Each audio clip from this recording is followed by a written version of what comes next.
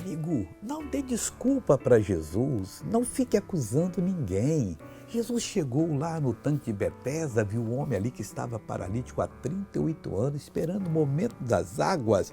Ele dirigiu-se ao homem e perguntou: você quer ser curado? Olha a resposta do homem.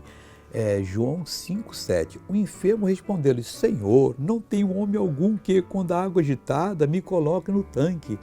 Mas enquanto eu vou, desce outro antes de mim. Jesus não quer saber negócio de tanque, não, negócio de mágica, que pula na água e sai curado. Jesus quer que agora você creia na palavra dele, ele pode mudar a sua sorte agora.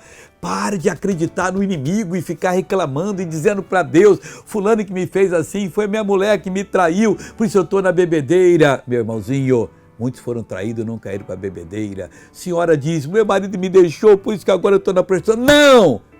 O demônio lhe enganou. Arrependa-se agora daquilo que Deus está falando com você e ele vai mudar a sua vida. Veja essa pessoa que recebeu uma bênção de Deus. Eu tenho hernia de disco, 5 hernias de disco. 5 hernias? Tinha? O que você não podia fazer? É quase nada. E agora você faz o quê? Eu fiz a ginástica. Então faz a ginástica de novo agora aí. Tá livre agora? Estou curado. Vamos orar agora, Pai.